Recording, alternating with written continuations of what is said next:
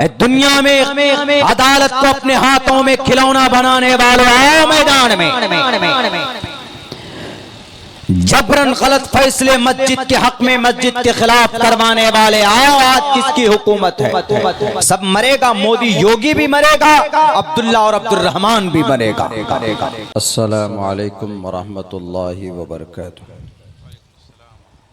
अल्हम्दुलिल्लाहिल्लज़ी अब्दअल अफ़लाक वल अर्ज़ीन वस्सलातु वस्सलामु अला मन कान नबिय्यन व आदम बैनल माइ वत्तीन। अम्मा बअद फ़अऊज़ु बिल्लाहि मिनश शैतानिर रजीम। बिस्मिल्लाहिर रहमानिर रहीम। वमन अज़लमु मिम्मन मनअ मसाजिदल्लाहि अन युज़करा फ़ीहा इस्मुहु व सआ फ़ी ख़राबिहा। क़ालन नबिय्यु सल्लल्लाहु अलैहि वसल्लम मन बना लिल्लाहि मस्जिदन बनल्लाहु लहु बैतन फिल जन्नह। रवाहुल बुखारी व मुस्लिम। All compliments, all physical prayer, all monetary worship are for Allah. Peace be upon you, O Prophet. Allah's mercy and blessings, peace be upon us and righteous slaves of Allah subhanahu wa ta'ala. I bear witness that no one is worthy except of Allah subhanahu wa ta'ala. In the name of Allah, the most gracious, the most merciful. My Lord, expand me, my breast is my task for me.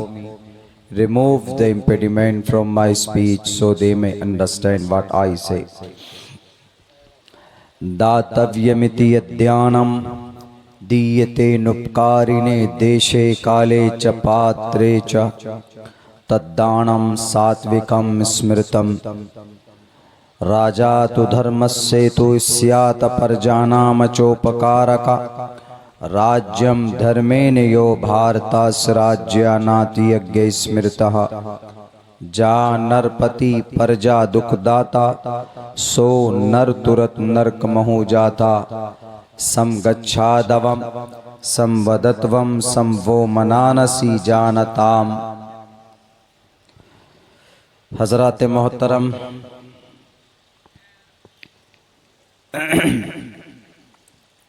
Stage पर किरामी क़द्र मुअज़्ज़ज़ उलमा व दानिशवरान कौम व मिल्लत और पर्दे में बैठी हुई इस जलसे को सुनने वाली हमारे समाज की इज़्ज़तदार माँ और बहनों, आपका ये जलसा मस्जिद की निस्बत पर है।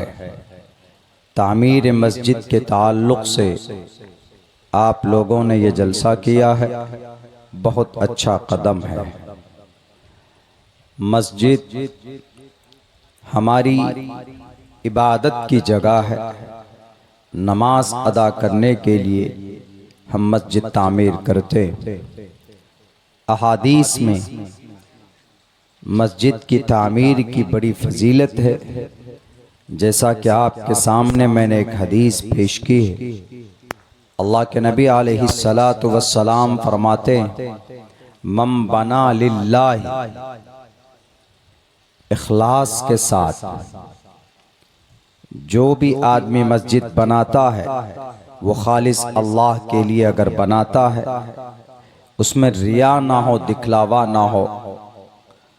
अगर इस दुनिया में मस्जिद बनाता है तो अल्लाह तबारक व ताला इसी मस्जिद के मिस्ल जन्नत में उसके लिए महल बनाएगा। मम बना लिल्लाहि मस्जिदन बनल्लाहु लहू बैतन फिल जन्नह बनल्लाहु लहू मिस्लहू। इस तरह की रिवायत मौजूद है।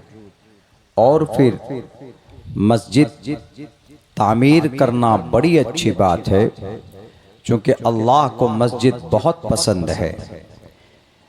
दुनिया कितने हिस्सों में है? ये जो ज़मीन है, पृथ्वी, ये तकरीबन 6 करोड़ 30 लाख मुरब्बा मील के इलाके पर ये ज़मीन फैली हुई है। पूरी ज़मीन, पूरी पृथ्वी पर अल्लाह को सबसे पसंदीदा और महबूब कोई जगह है तो वो मस्जिद है। अल्लाह के नबी फरमाते, इन्न अहब्बल बिलाद इलल्लाहि मसाजिदुहा व अबग़ज़ुल बिलाद इलल्लाहि अस्वाक़ुहा। अल्लाह को सबसे पसंदीदा जगह अगर कोई है तो वो मस्जिद है, और सबसे नापसंद कोई जगह अल्लाह की नज़र में अगर कोई है तो मार्केट है, बाजार। दोनों में different, there is quite different between मस्जिद and public place and market. जमीन, ये मार्केट में और मस्जिद में, दोनों में बहुत बड़ा फर्क है। मस्जिद सिर्फ हम नमाज पढ़ते हैं, उसमें अल्लाह का नाम लिया जाता है, या दीनी बातें कर सकते हैं, कुरान का दर्स हो सकता है, दीन के बारे में मशवरे कर सकते हैं, समाज और माशरे की इस्लाह के लिए गौर व फिक्र कर सकते हैं। यानी हर वो अच्छा काम हम मस्जिद में कर सकते हैं। इसके बिलमुकाबिल मार्केट है, बाजार, वहाँ तकरीबन अच्छे भी काम होते हैं लेकिन वहाँ ख़राब भी काम होते हैं। मार्केट में कभी कभी बेईमानी भी करते हैं लोग, झूठ भी बोलता है, चुगलखोरी भी होती। मार्केट में चाय की दुकान पे बैठे हैं, एक दूसरे के खिलाफ गीबत कर रहे, एक दूसरे के खिलाफ बुराई कर रहे, एक दूसरे के खिलाफ जासूसी कर रहे, सामान बेचने में कभी झूठ बोलते हैं।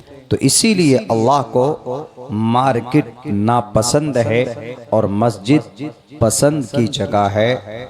पसंदीदा जगहों में सबसे ज़्यादा पसंद अगर कोई जगह इस ज़मीन पर अल्लाह की नज़र में है तो मस्जिद। यही वजह है कि अल्लाह के नबी अलैहिस्सलातु वस्सलाम जब मक्का से हिजरत करने पर, हिजरत आपने की 13 साल तक नबूवत मिलने के बाद जनाबे मुहम्मदुर रसूलुल्लाह सल्लल्लाहु अलैहि वसल्लम मक्का में रहे। लेकिन जब ऑर्डर हुआ अल्लाह की तरफ से कि अब आपको यहाँ से कूच करना है, हिजरत करना है, तो आप जब मक्का से मदीना हिजरत करके पहुँचे तो वहाँ सबसे पहला काम आप अलैहिस्सलाम ने कोई अपना घर नहीं बनाया था, बल्कि पहली फुर्सत में आपने मस्जिद तामीर की और उसके ताल्लुक से आपने मशवरे किए।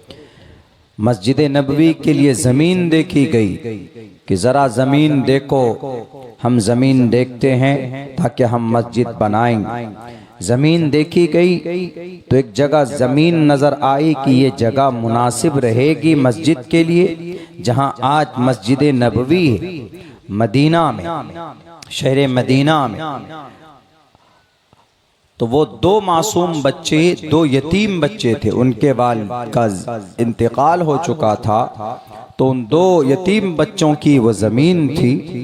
तो आप अलैहिस्सलाम ने दिखलाया, सहाबा ने देखा, आके खबर दी, ए अल्लाह के नबी, एक ज़मीन है लेकिन उस बच्चे का गार्जियन नहीं, उसके बाप का इंतकाल हो चुका है। कहा कोई वारिस है? कहा कि उसका चचा है। कहा चचा को बुलाओ। चचा से बात की गई तो उसके जो उन दोनों बच्चों के जो गार्जियन चचा थे, उन्होंने बड़ी खुशी का इजहार किया कि हमारी ज़मीन मस्जिद के लिए अल्लाह के नबी ने कबूल फरमाया है, ये तो बड़ी सआदत की बात है, हमारे लिए बड़ी नेकी की बात है, हम तो काफ़ी खुश हैं। ए अल्लाह के नबी, आपको जितनी ज़मीन चाहिए हम आपको देने के लिए तैयार हैं। आपको ज़मीन बिना पैसे के, बिना मुआवजे के मिल जाती, लेकिन आप अलैहिस्सलातु वस्सलाम ने जनाबे मुहम्मदुर रसूलुल्लाह सल्लल्लाहु अलैहि वसल्लम ने फ्री में ज़मीन कबूल नहीं की। आपने कहा कि हमें ज़मीन तो चाहिए लेकिन हम इस ज़मीन की कीमत देंगे, इस ज़मीन का मुआवजा देंगे। क्यों? हालांकि अगर कोई आदमी ज़मीन मस्जिद के लिए देता है कि चलिए हम मस्जिद के लिए दान करते हैं, तो ये तो अच्छी बात है और बहुत लोग करते भी हैं आज के ज़माने में। कोई मस्जिद के लिए ज़मीन दे देता है या कोई मदरसे के लिए दे देता है या कोई मस्जिद बनाने में बढ़ चढ़ कर हिस्सा लेता है, जैसा कि अभी आप लोगों ने लिया है। लेकिन आप अलैहिस्सलाम ने क्यों मना किया कि हमें फ्री में ज़मीन नहीं चाहिए, हमें तुम्हें इसकी कीमत देंगे। और फिर कीमत दी गई। हज़रत अबू बकर सिद्दीक ने उस ज़मीन की उन दोनों बच्चों को कीमत अदा की, तब जाकर मस्जिद के फाउंडेशन और उसकी बुनियाद डाली गई मस्जिद नबवी की। ऐसा क्यों किया आप अलैहिस्सलाम? जबकि अगर कोई अल्लाह की रजा के लिए, अगर कोई 1 डिसमिल, 1 कट्ठा, 1 एकड़, 2 एकड़ अगर जमीन देता है तो बहुत अच्छी बात है, उसके लिए सदक़े जारिया के तौर पर।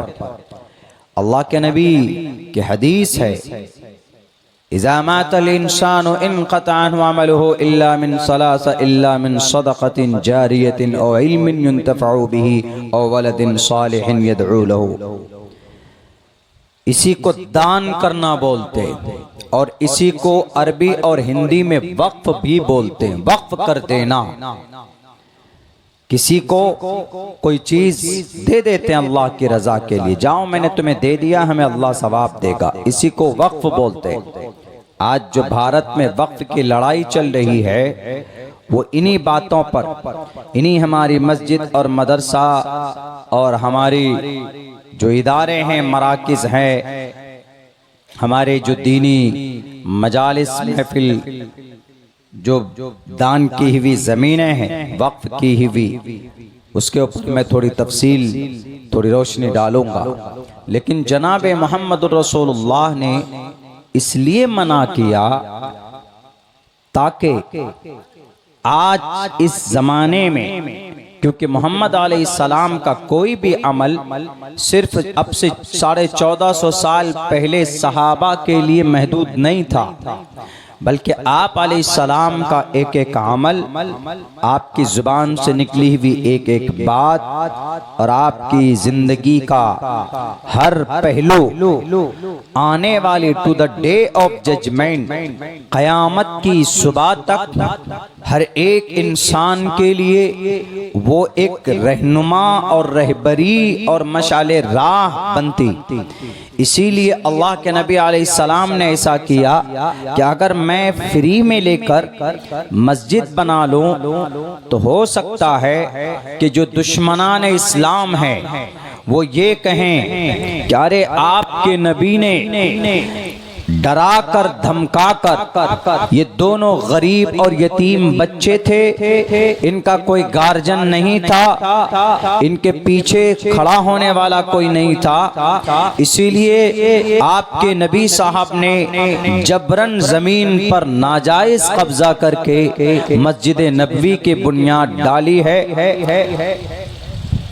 तो इस डर और इस इल्जाम और इस खौफ से बचने के लिए आप अलैहिस्सलातु वस्सलाम ने ऐसा किया, उस जमीन का बाज़ाब्ता मुआवजा दिया गया, तब जाकर मस्जिद नबवी बनाई गई। और फिर जब और जरूरत पड़ी कुछ दिनों में, तो आप अलैहिस्सलाम ने कहा कि इस मस्जिद की जगह कम पड़ रही, थोड़ी हमें और जमीन चाहिए। तो हजरत उमर हजरत उस्मान रजी अल्लाह ताला ने वो जो आगे और जमीन खरीदी गई उसकी कीमत तकरीबन 34 से 35 हजार दिरहम आपने अता की, यानी जमीन खरीद कर मस्जिद नबवी बनाई गई, फ्री में नहीं। आज लोग क्या कहते हैं, आज मीडिया वाला क्या कहता है, बेईमान बेजमीर इंसान कहता है क्या रे तुम्हारे मुस्लिम बादशाहों ने ऐसा किया कि फला बादशाह तो फला मंदिर को तोड़कर वहां पर मस्जिद बनाया, या फला जगह पर नाजायज जबरन कब्जा करके हिंदू की जमीन थी उस पर ताकत के जरिए से कब्जा किया और उस मस्जिद को और उस मंदिर को या उस जगह पर मस्जिद बनाई। क्या ये चीज इस्लाम में जायज है? अल्लाह के नबी अलैहिस्सलाम चाहते तो फ्री में लेकर बना सकते थे मस्जिद नबवी को, लेकिन आपने मुआवजा दिया।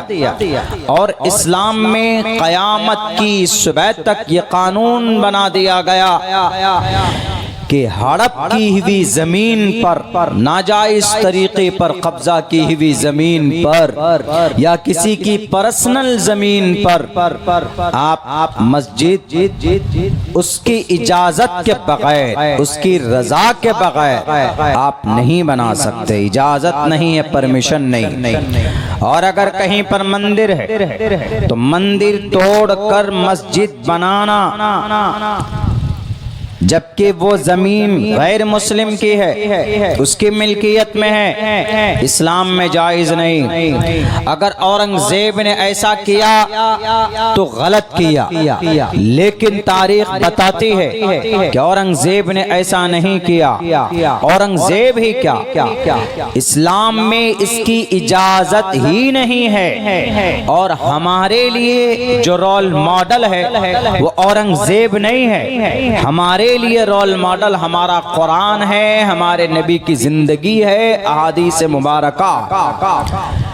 हमारे लिए जन्नत का रास्ता तय करने वाला कोई मुस्लिम बादशाह नहीं हो सकता।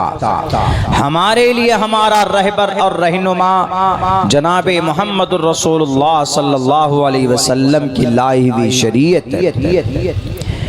इसीलिए अगर दुनिया इल्जाम लगाती कि बहुत सारे मुसलमान भारत में ऐसे आए मुगल एम्पायर जिन्होंने मंदिर तोड़कर मस्जिद बनाई, अगर ऐसा किसी मुस्लिम बादशाह ने किया है तो वह जायज नहीं है। इस्लाम का एक कानून है, अगर आपके यहाँ भी कहीं पर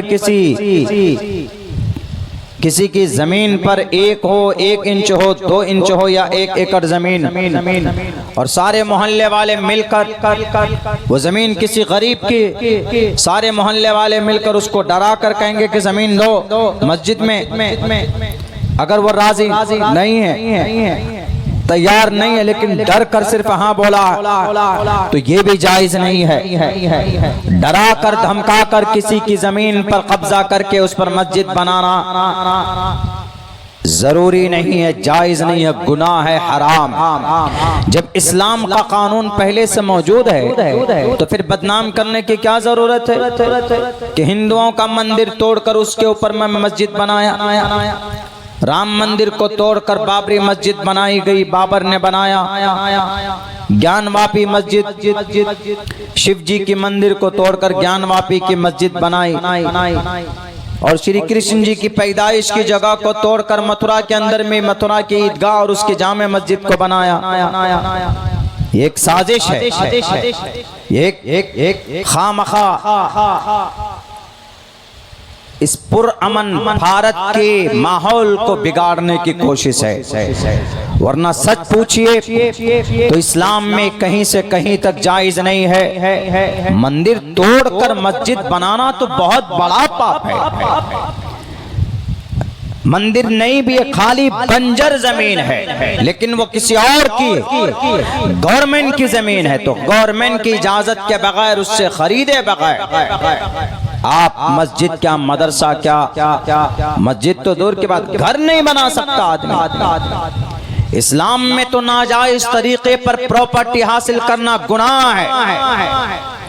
इस जमीन पर नाजायज तरीके पर प्रॉपर्टी हासिल कर लेगा, लेकिन कल कयामत के मरने के बाद उसको अपनी नेकियों से उसका बदला चुकाना होगा।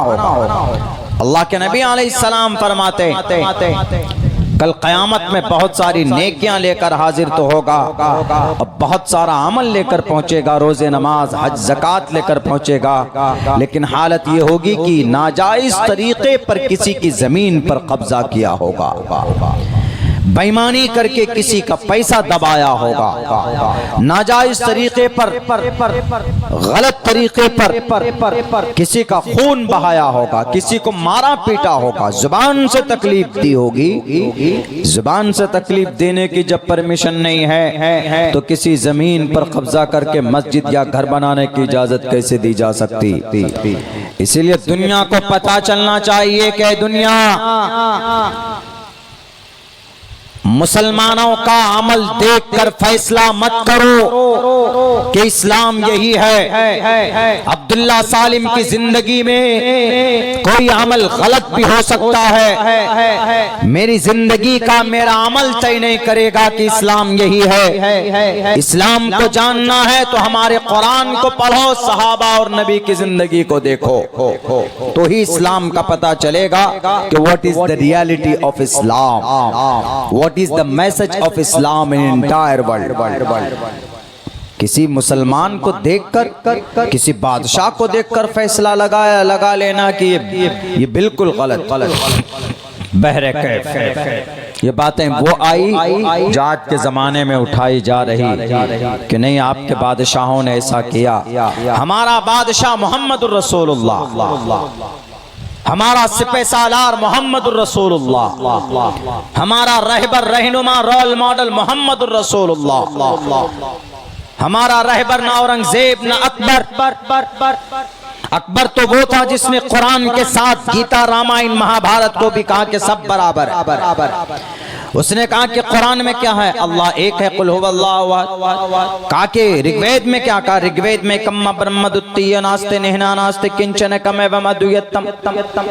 कहा कि गीता में क्या कहा, गीता में भी यही मंत्र है, न देवा मुरच्चलाम या न कास्ते विदिते दियो न पाषाणे न मुर्नमे।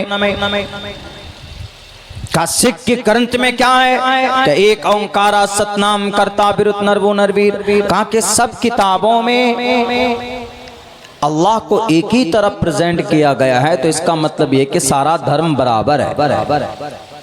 किसने कहा, अकबर ने। मुस्लिम अकबर हुमायूं का बेटा, उसने कहा कि सारे धर्म मेरे नजर में बराबर है, नमाज पढ़ने वाला भी बराबर, मंदिर में पूजा करने वाला भी बराबर, खुदा को मानने वाला भी बराबर, खुदा को ना मानने वाला भी बराबर। ये अकबर की दीने इलाही थी, नई दीने इलाही के नाम पर उन्होंने ऐसा किया। हम नहीं मानते किसी इस तरह के बादशाह को।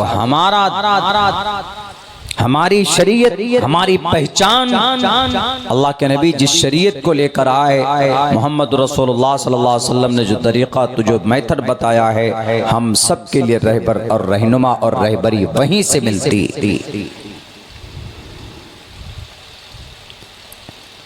कोई माए कलाल नहीं बता सकता कि दुनिया के अंदर किसी मस्जिद को जबरन किसी की जमीन पर कब्जा करके बनाई गई। अगर बनाया तो इस्लाम सबसे पहले कहता है कि नाजायज, हराम हराम हराम। तो मीडिया के जरिए कहोगे हम पहले से कहते, हमारा इस्लाम पहले कहता। हाँ, ऐसा तो नहीं है, कहीं लिखा तो नहीं है कुरान में हदीस में कि नहीं कहीं अगर कोई हिंदू है या क्रिश्चियन है या जैन है, इस्लाम छोड़कर यानी मुसलमान की नहीं गैर की जमीन पर कब्जा करो, नाजायज तरीके पर मदरसा बना दो, मस्जिद बना दो, इसलिए कि वो गैर है, इसलिए कि वो शिर्क करता है, इसलिए कि वो 33 करोड़ खुदा को मानता है। ऐसा तो नहीं है। कहीं अगर ऐसा होता तो उंगली उठाते कि नहीं जी आपके कुरान में है, नहीं जी आपकी शरीयत में है। ऐसा तो है नहीं।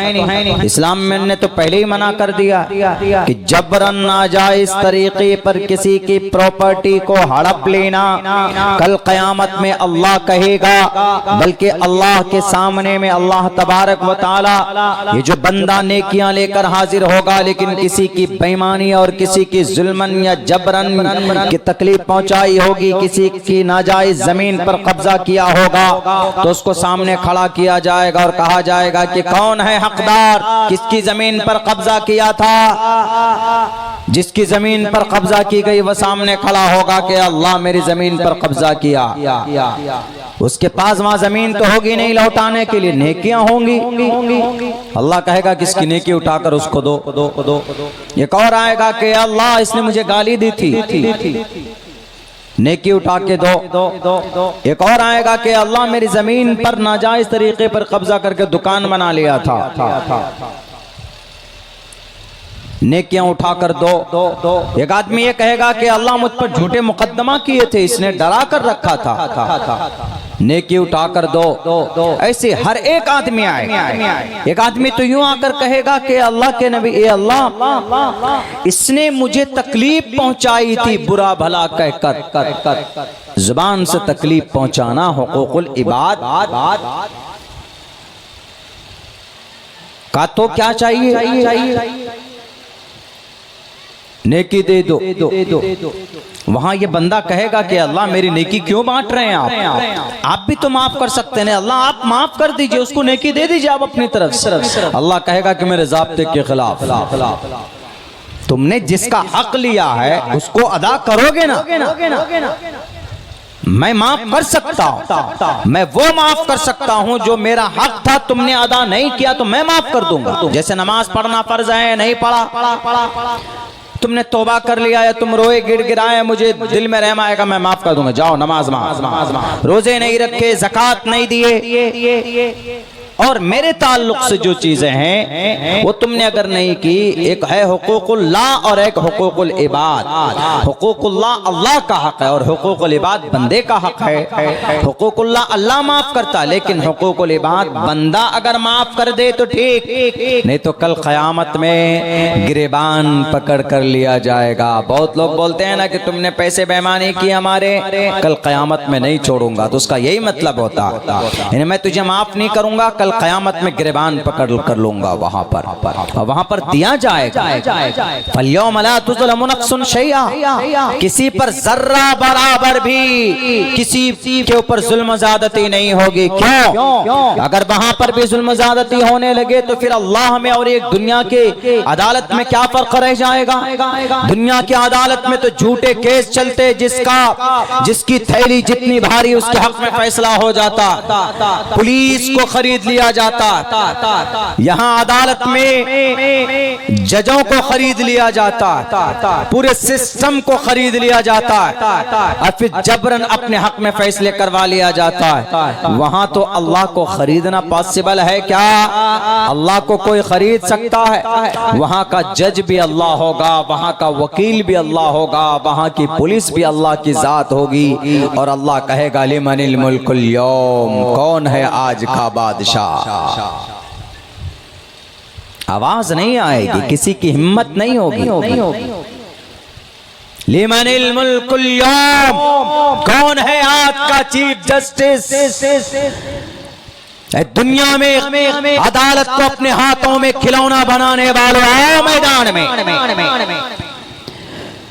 जबरन गलत फैसले मस्जिद के हक में, मस्जिद के खिलाफ करवाने वाले, आओ आज किसकी हुकूमत है।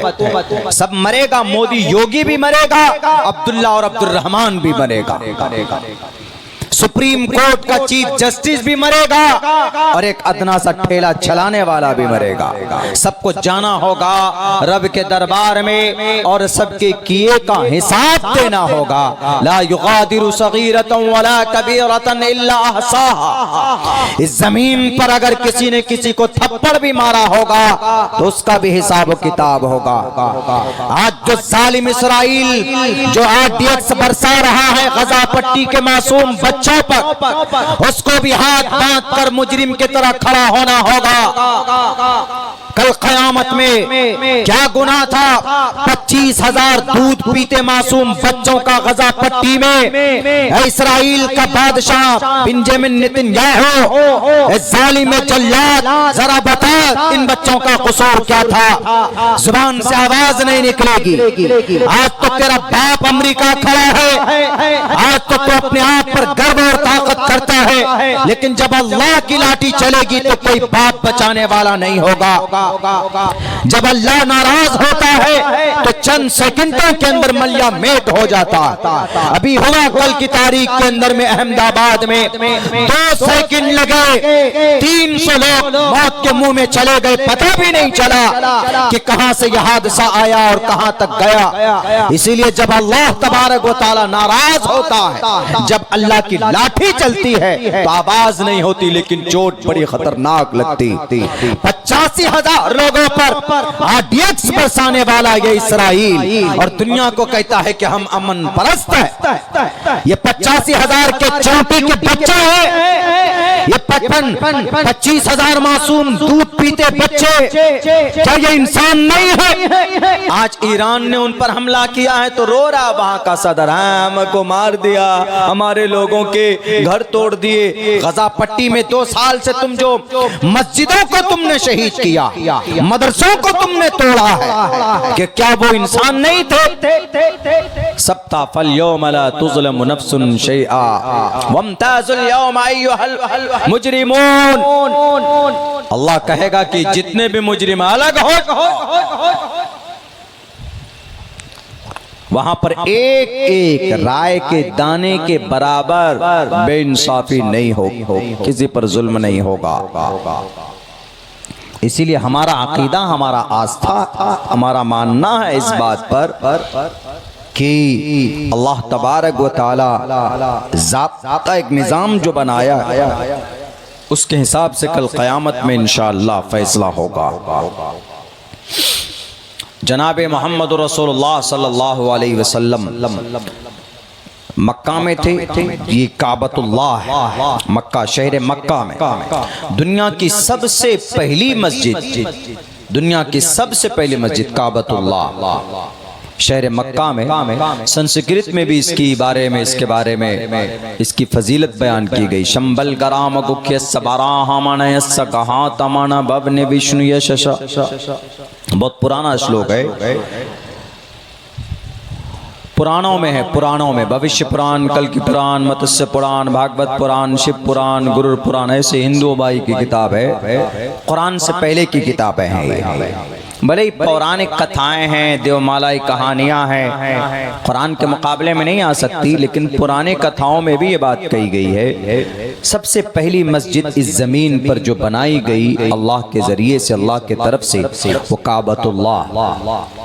दूसरे नंबर पर जो मस्जिद बनी वो कौन सी बनी है? दूसरे नंबर पर वो मस्जिद अक्सा बनी। फजीलत के एतबार से मस्जिद अक्सा तीसरे नंबर पे है, फजीलत बरकत के एतबार से। दूसरे नंबर पर मस्जिद नबवी है, लेकिन जब पहले नंबर पर बैतुल्लाह, दूसरे नंबर पर वहीं से रिवायत में है, वहीं से फिर मस्जिद अक्सा, वो मस्जिद अक्सा जो बैतुल मक़दिस में है। और मस्जिद अक्सा 1967 से लेकर आज तक यहूदी के कब्जे में है। मस्जिद अक्सा जिसकी फजीलत कुरान में पेश की गई है, सुब्हानल्लज़ी असरा बिअब्दिही लैलन मिनल मस्जिदिल हराम इलल मस्जिदिल अक्सा अल्लज़ी बारकना हौलहु लिनुरियहु मिन आयातिना। अल्लाह के नबी अलैहिस्सलातु वस्सलाम का जहाँ से मेराज का सफ़र शुरू हुआ, वो मस्जिद अक्सा ही से आसमानी दुनिया का सफ़र शुरू हुआ, वहाँ से तो वो मस्जिद अक्सा। तीसरे नंबर पर फिर और मस्जिदें बनाई गई, लेकिन फजीलत के एतबार से, बरकत के एतबार से, सवाब के एतबार से सबसे पहले बैतुल्लाह, दूसरे नंबर पर मस्जिद नबवी, तीसरे नंबर पर मस्जिद अक्सा। मस्जिद अक्सा यहूदियों के कब्जे में है। बहरकैफ ये तरतीब, लेकिन इनमें से कोई भी मस्जिद किसी की जमीन पर हड़प करके नहीं बनाई गई है। और आज नया नया कानून आ रहा है क्या कि 9 लाख एकड़ जमीन भारत के अंदर 9 लाख एकड़ जमीन दान की गई, और उन 9 लाख एकड़ जमीन को दान करने वाले लोग चले गए, उनमें से आधी जमीन पर वक्फ बोर्ड का कब्जा आ गया। वक्फ बोर्ड का, वक्फ बोर्ड समझते हैं? नहीं समझते हैं, पूरे नहीं समझते होंगे आप लोग, चूंकि दिलचस्पी इतनी नहीं है। दिलचस्पी तो सोशल मीडिया पे IPL देखने का है, BPA, वो क्या IPL, BPL 20, माई 11 circle app, dream 11, PUBG game. हमारी नई नस्ल के तो ये पसंदीदा चीज़ है ना, ये सब बर्बाद करने वाली चीज़ है। क्यों मैं बोल रहा हूँ? मेरा एक दोस्त है, उसने 40 लाख रुपए की ज़मीन बेची, 40 लाख की, और वो जमीन बेचकर हमने सोचा कि एक अच्छा कारोबार करेगा, लेकिन पता क्या क्या उसने 40 लाख की जमीन बेची। उसके भाई से जब पूछे कि भैया पैसे कहाँ गए, उन्होंने कहा कि मौलाना सिर्फ जुए में 40 लाख रुपए खर्च किया पिछले 6-7 महीने में। जुए में, जुआ क्या है? आप जो टीम बनाते हैं, आईपीएल का मैच चल रहा है, वहाँ टीम बनाते हैं आप, कैसे होता है, 11 प्लेयर सेलेक्ट करते हैं और टीम बनाने के बाद सिर्फ टीम तक हो तो उसमें आप पैसा लगाते हैं, पैसा देते हैं, 50 रुपए लगता है। 50 रुपए में कितने करोड़ रुपए की आपसे वादे किए जाते हैं? कम से कम 3 करोड़। और उसमें लगाने वाले कितने होते हैं? मेरे ख्याल से गालिबन कई लाख, 50 लाख होते हैं लोग लगाने वाले। अगर 50 लाख आदमी 50 रुपए करके लगाएगा, कई करोड़ होंगे? 3 करोड़ नहीं, मेरे ख्याल से पता नहीं कितने करोड़ चले जाएंगे, 8, 10, 15, 20 करोड़ तक जा सकता है। और अगर वो 50 लाख आदमी 50 रुपए करके लगा रहे तो 15 करोड़ एग्जाम्पल के तौर पर। और बांट कितना रहा है वो? 3 करोड़। बाकी पैसे उनके पॉकेट में। चुना लगाया कि नहीं लगाया? मिला कितनों को? एक को मिलता है 3 करोड़। और सब उसी एक के चक्कर में एक टीम नहीं लगाता, एक लड़का 5-5 टीमें लगाता, 10-10 टीमें लगाता। 10 टीम लगाया मतलब 500 रुपए चले गए उसके। 500 रुपए उसने कमाया नहीं, इधर उधर से लेकर कर्जा वर्जा लेकर चला गया उसका। आखिर में फिर यही बच्चे क्या करते हैं? चोरी करते हैं। आखिर में फिर यही बच्चे मोबाइल चोरी करते हैं, यही बच्चे फिर शॉर्टकट अपनाते हैं, डाका डालते हैं, यही बच्चे फिर झूठ बोलते हैं, बेईमानी करते हैं, यही बच्चे फिर गलत रास्ता इख्तियार करते हैं। आपने शौक में खेलना शुरू किया है, लालच के चक्कर में। पैसा शॉर्टकट में नहीं कमाए जाते। ये जितने भी सेलिब्रिटी हैं और ये बोलते हैं कि आओ दन दना दन आकर टीम बनाओ, 3 करोड़ लेकर जाओ। हाँ, तुम्हारे अब्बा के घर में रखा है, हम 50 रुपए की टीम बनाओ, जाकर ले आए। 50 रुपए की टीम बनाते हैं, 5, 6, 7 घंटे भी खर्च करते हैं। देखो वो कितने पॉइंट पे है, इतने पॉइंट पे। ओहो, मिस हो गया, इसको हमको सेलेक्ट नहीं करना था, इसने तो 0 प्रदर्शन किया है, मेरे सारे पॉइंट्स घट गए। वो टेंशन अलग, इन सब से अलग थलग आपकी नमाज गई, ईशा की नमाज गई, 12-1 बजे रात तक जागोगे, फजर की नमाज जाएगी। दीन का एक अहम फरीजा जिस काम के लिए अल्लाह ने पैदा किया है, उस काम में कमी आई। किसकी वजह से? कितने नुकसानात हुए आपके, बताइए। आपके पैसे भी गए, आपका इंटेंशन गया, जुबा गुनाह आया, आपकी 2 वक्त की नमाज गई, आपका कीमती वक्त गया। आप अंदाजा नहीं लगा सकते कि आज मौजूदा वक्त में जितने भी सेलिब्रिटी, ये सब के सब 1 नंबर के हिजड़े हैं, समझिए एक तरह से। इसलिए मैं बोल रहा हूं, चूंकि ये अपनी पॉकेट तो भर रहे हैं, आपके लिए कुछ नहीं कर रहे। ये आप में से कि वो रिटर्न देता है कि अरे भैया तुमने 50 रुपए लगाया या तुम 5 टीम लगाए तो ये लो 3 टीम का पैसा वापस करता हूं। कुछ नहीं मिलता। 10 रुपए दे दिया, 5 रुपए दे दिया, कोई किसी को कभी दे दिया तो दे दिया, गनीमत है, नहीं तो सब पैसे गए बर्बाद। मेरे भाइयों, मेरे नौजवानों, मेरे साथियों, ये आपको तबाह और बर्बाद करना चाहते हैं, इनकी साजिशों से वाकिफ रहिए। अल्लाह ने कुरान में जुबा को हराम करार दिया। इन्नमल खम्रु वल मैसुरु वल अंसाबु वल अज़लामु रिज्सुम मिन अमलि शैतान। इन्नमल खम्र, नापाक शराब पीना, रिज्सुम मिन अमलि शैतान, वल मैसिर, टीम लगाना, जुआ खेलना, ड्रीम 11 में टीम लगाना, आईपीएल का टीम लगाना, 2020 का टीम लगाना, कोई भी पबजी गेम खेलना या रमी ताश जो होते हैं वो खेलना या लूडो खेलना, ये सब के सब नाजायज और हराम है, चूंकि ये सब जुए के कबील से हैं। जुआ है और जुआ कुरान में साफ लफ्जों में नाजायज हराम करार दिया, साफ लफ्जों में। रिज्सुम मिन अमलि शैतान, ये शैतान का अमल। कोई हैसियत और कोई अहमियत नहीं है। जनाब मोहम्मदुर रसूलुल्लाह सल्लल्लाहु अलैहि वसल्लम ने जो तरीक़ा, जो चीज़ें अपनाने के लिए कही है, जो बातें बताई, अगर आज इस पुरफितन दौर में हम चाहते हैं कि अल्लाह की तरफ से मदद आए, नुसरत आए, तो हमें अपने अमल को सुधारने की ज़रूरत है, हमें अपने अमल को दुरुस्त करने की ज़रूरत है। वरना आपको ऐसे कभी मोदी डराएगा, कभी योगी डराएगा, कभी कोई डराएगा, कभी आपके ये गुड्डा का वो MP कभी वो डराता है कि जितने भी, खुसूसन ये पाकुर का नाम लेकर बोलता है, वो बोलता पाकुर में और ये इस पट्टी में जितने भी लोग बसे हुए हैं ये सब के सब शरणार्थी हैं, ये सब के सब आउट ऑफ कंट्री हैं, इंडिया से बाहर के हैं, ये सब के सब बांग्लादेश से आकर यहाँ पर घुसे हैं। इनमें से एक एक घुसपैठियों को पकड़ कर निकालो, सबसे ज्यादा जहर ये उगलता। क्यों हम और आप कुछ नहीं बोलते, कोई कानूनी कार्रवाई नहीं करते, मैदान में नहीं निकलते? इसलिए कि हम लोग बुज़दिल हैं। आज जो हमारी जमीन को हड़पने के लिए कानून बना है, खतरनाक कानून बना है, हम लोग उस कानून की लड़ाई के लिए भी एक प्लेटफॉर्म पर नहीं है, अलग अलग हैं। ये तंजीम अलग लड़ रही है, वो तंजीम उसकी मखालफत कर रही है, वो मकतबे फिक्र के लोग अलग हैं, अलग हैं। भारत के मुसलमानों, आपको कलिमे की बुनियाद पर एक प्लेटफॉर्म पर आकर खड़ा होना पड़ेगा। नहीं खड़ा होगे तो तारीख गवाह है, बुखारा जहां इमाम बुखारी पैदा हुआ, समरकंद, ताशकंद, बगदाद, दुनिया के अंदर सबसे ज्यादा किताबें लिखी गई बगदाद के अंदर, दुनिया के अंदर सबसे बड़ा बड़ा मुहद्दिस पैदा हुए बुखारा और समरकंद के अंदर। इन जैसे पाक और पवित्र जगह को उम्मत मुस्लिमा के बटने की वजह से तातारी और हलाकू खान के जरिए से कई करोड़ मुसलमानों को गाजर मूली की तरह काट दिया गया।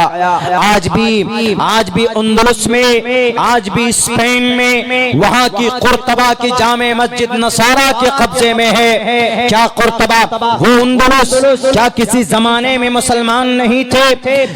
850 साल तक मुसलमानों की हुकूमत रही थी। कहां पर? अंदलुस में, स्पेन में, आज के मौजूदा स्पेन में। उस जमाने में अंदलुस नाम था और सबसे पहली मस्जिद कुर्तबा की मस्जिद और सबसे पहला मदरसा सुफ़ा के बाद में अगर बनाया गया, जहां विज्ञान की भी तालीम होती थी, कुरान की भी तालीम होती थी, हदीस की भी तालीम होती थी, बुखारी की भी तालीम होती थी। लेकिन वहां के लोग लड़ने लगे आपस में, जैसे भारत में मुसलमान लड़ता है। भारत के अंदर एक कलमा पढ़ने वाला दूसरा कलमा पढ़ने वाले से लड़ता है, एक मकतबे फिक्र वाला दूसरा मकतबे फिक्र वालों से लड़ता है, नफरत करते हैं। जनाब अल्लाह के नबी ने तो कहा है कि मोहब्बत करो, एक ऐसा फार्मूला न बता दूं, अवला अदुल्लुकुम अला शैइन इज़ा फ़अलतुम तहाब्बतुम अफ़शु सलाम बैनकुम। मेरे प्यारे सहाबा, मैं तुम्हें एक ऐसा अमल न बता दूं जिस पर अगर तुम लोग अमल करोगे तो आपस में मोहब्बत बढ़ेगी। तो अल्लाह के नबी ने फरमाया अफ़शु सलाम बैनकुम, सलाम को आम करो, यानी पहचानो कोई सामने मुसलमान आ रहा है तो सलाम वालेकुम कहकर हाथ मिलाओ, मुसाफा करो। लेकिन आज तो भारत के अंदर ऐसी तंजीमें भी, ऐसे मकतबे फिक्र के लोग भी, अगर आपने उनको सलाम किया तो वो कहेगा कि नहीं हमारा तो हम जवाब देंगे तो हमारा निकाह टूट जाएगा। या दूसरा मकतबे फिक्र का आदमी कहेगा हम ही हक पर हैं और दूसरे मकतबे फिक्र के लोग हक पर नहीं हैं। हम और आप फैसला नहीं कर सकते, ये फैसला कुरान और हदीस का होगा कि कौन हक पर है, कौन ना हक पर है। कुरान और हदीस के मुताबिक जिसका अकीदा होगा वही सच्चा मुसलमान होगा।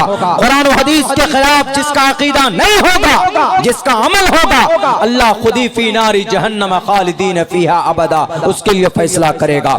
लेकिन जब बात वजूद की आए, जब बात इन मस्जिद की आए, जब बात इन मदरसों की बचाने की आए, जब बात आपकी डहरे की बचाने की आए, जब बात आपकी टोपी की हिफाजत की आए, तो सबको कलमे की बुनियाद पर एक प्लेटफॉर्म पर आने की जरूरत है कि नहीं? बिल्कुल जरूर। लेकिन है आज नहीं। ये वक्फ का मामला ले लीजिए, आप कहेंगे कि मौलाना अच्छा ये वक्फ का जो मामला, इससे क्या नुकसान है? वक्फ बोर्ड, वक्फ का मतलब दान करना। कुरान में इसकी दलील है, लन तनालुल बिर्रा हत्ता तुनफिकू मिम्मा तुहिब्बून वमा तुनफिकू मिन शैइन फइन्नल्लाह बिही अलीम, वमा तुनफिकू हत्ता तुनफिकू, पसंदीदा चीज को अल्लाह के रास्ते में अल्लाह के लिए खर्च करना, इसी को अरबी में वक्फ बोलते हैं। संस्कृत में भी, संस्कृत में है दातव्यमित यद्यानम दीयतेनुपकारिणे देशे काले च पात्रे च तद्दानम सात्मिकम स्मृतम। श्रीमद् भगवत गीता है हिंदू भाइयों का, उसमें क्या लिखा है कि अगर समाज में कहीं पर किसी को किसी चीज की जरूरत है तो उसको उसकी जरूरत पूरी करना वो दान कहलाता है। समाज में कोई गरीब है, घर नहीं, आपने घर बनाकर दे दिया, आपके लिए दान हो गया। और दान बहुत बड़ा पुण्य है हिंदू धर्म में, इसीलिए सबसे ज्यादा दान आज की तारीख में भारत में आबादी के एतबार से कोई कर रहा है तो मुसलमान तो कर ही रहा, लेकिन हिंदू समाज के लोग भी करते हैं। देखें ना, उन्होंने राम मंदिर बनाने के लिए कितने करोड़ रुपए जमा हो गए, 11 अरब रुपए जमा हो गए, 11 अरब पैसे जमा हो गए और 55,000 करोड़ रुपए खर्च करके राम मंदिर बनाया गया। बैरक वो दान करते हैं, चूंकि दान करना उनके यहाँ भी बड़ा पुण्य का काम। इसी दान को अरबी में वक्फ बोल देते थे। अब भारत के अंदर में जो ये वक्फ है, वक्फ की जो संस्था है वो तकरीबन 32 है। मुसलमानों का अलग है, सुन्नी वक्फ बोर्ड है मुसलमानों का, ऐसे ही सिखों का है सिख वक्फ बोर्ड है, हिंदुओं का हिंदू वक्फ बोर्ड है, क्रिश्चियनों का क्रिश्चियन वक्फ बोर्ड है, यहूदियों का यहूदी वक्फ बोर्ड है, यानी 32 वक्फ बोर्ड है।